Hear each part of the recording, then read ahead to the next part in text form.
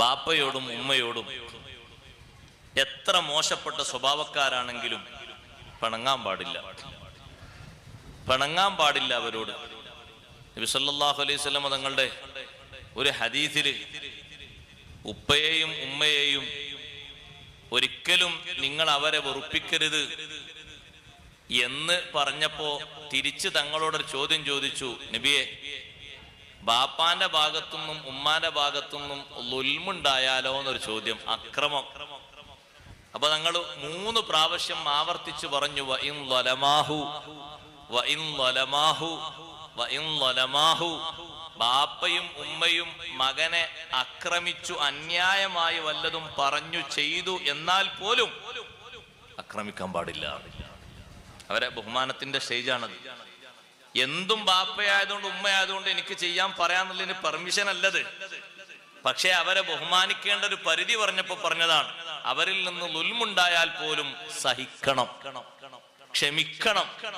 ബാപ്പയായി എന്നുള്ളതിന്റെ പേരിൽ ക്ഷമിക്കണം, ഒന്നും പറയരുത്. ബാപ്പ ഇപ്പൊ പറഞ്ഞത് സത്യത്തിൽ മോശമാണ്, വളരെ വൃത്തികെട്ട വാക്കാ പറഞ്ഞത്, പക്ഷെ തിരിച്ചു പറയാൻ പറ്റൂല. എന്തേ? ബാപ്പയാണ്. ഉമ്മ പറഞ്ഞത് സത്യത്തിൽ മോശപ്പെട്ട വാക്ക ഉമ്മ പറഞ്ഞ്, തിരിച്ചതേ നാണയത്തിൽ ഇല്ല, അതിലും താഴെ ഇല്ല, നല്ലത് എന്തെങ്കിലും തിരിച്ചു പറയാം, അത്രേ പറ്റുള്ളൂ. അവരോടുള്ള സേവനത്തിന്റെ മാർഗത്തിൽ വിഷയമായി പറയുകയാണെങ്കിൽ അത് തന്നെ ധാരാളം ഉണ്ട്. നല്ല സേവനങ്ങൾ സൃഷ്ടിച്ചുകൊണ്ട് വലിയ പ്രതിഫലങ്ങൾ വാങ്ങണം. അല്ലാഹു തആല തൗഫീഖ് നൽകുമാറാകട്ടെ. സ്വർഗം കാണിച്ചപ്പോ നബി സല്ലല്ലാഹു അലൈഹി വസല്ലം നിങ്ങൾ സ്വർഗത്തിലുള്ള ഓരോ വ്യക്തികൾ അങ്ങനെ നോക്കിയിട്ട് തങ്ങൾ സ്വഹാബത്തിനോട് പറഞ്ഞു, സ്വർഗം നോക്കിയപ്പോ ഞാൻ സ്വർഗത്തിൽ ഹാരിസത്ത് ബിൻ നുഅ്മാൻ റളിയല്ലാഹു അൻഹുവിനെ കണ്ടു.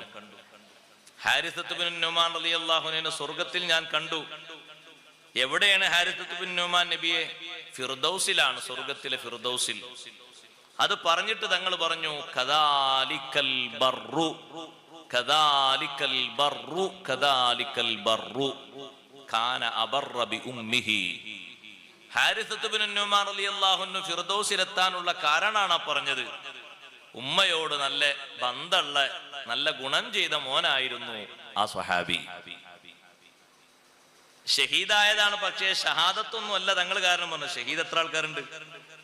രക്തസാക്ഷിയാണ്. രക്തസാക്ഷിയായി നല്ല തങ്ങൾ കാരണം പറഞ്ഞത്. നിസ്കരിച്ചു എന്നുമല്ല, നിസ്കരിച്ചിട്ടുണ്ട്. നോമ്പ് നോറ്റു എന്നല്ല കാരണം പറഞ്ഞത്. കാരണം പറഞ്ഞത് എന്താ?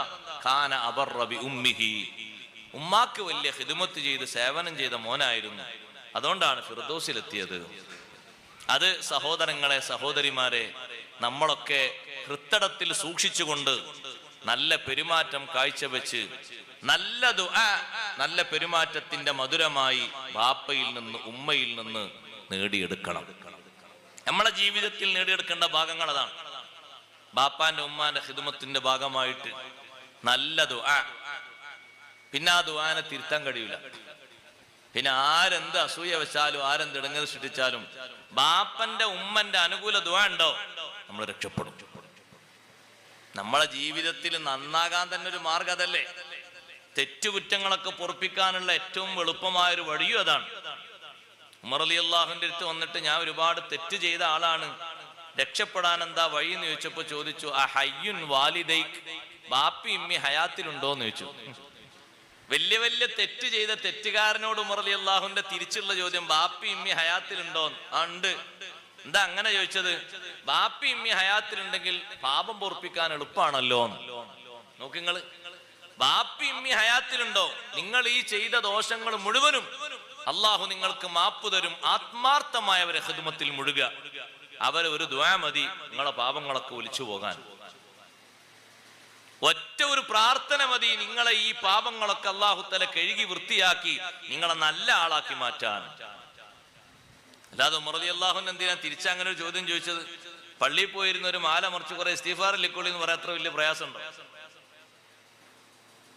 പക്ഷെ ബാപ്പക്കും ഉമ്മക്കും ആ ഖിദ്മത്ത് എടുത്തിട്ട് അവര് നിങ്ങളുടെ ദോഷങ്ങൾ പുറത്തു കിട്ടാൻ വേണ്ടി ദ്വാരുന്നാൽ റെഡിയാവും. അവരെ സബീല് നമ്മൾ നിലനിർത്തണം. ബാപ്പാന്റെയും ഉമ്മാന്റെയും സബീൽ അവർ കാണിച്ചു തന്ന നല്ല മാതൃക കൈയൊഴിക്കരുത്. അത് കൈയൊഴിച്ചാൽ നമ്മളെ കുടുംബത്തിലും നമ്മളെ വീട്ടിലും നമ്മളെ സമ്പത്തിലും ഒക്കെ അരക്ഷിതാവസ്ഥ വരും. അങ്ങനെയാണ് ഖുർആൻ നമ്മെ പഠിപ്പിക്കുന്ന ഒരു ബന്ധം.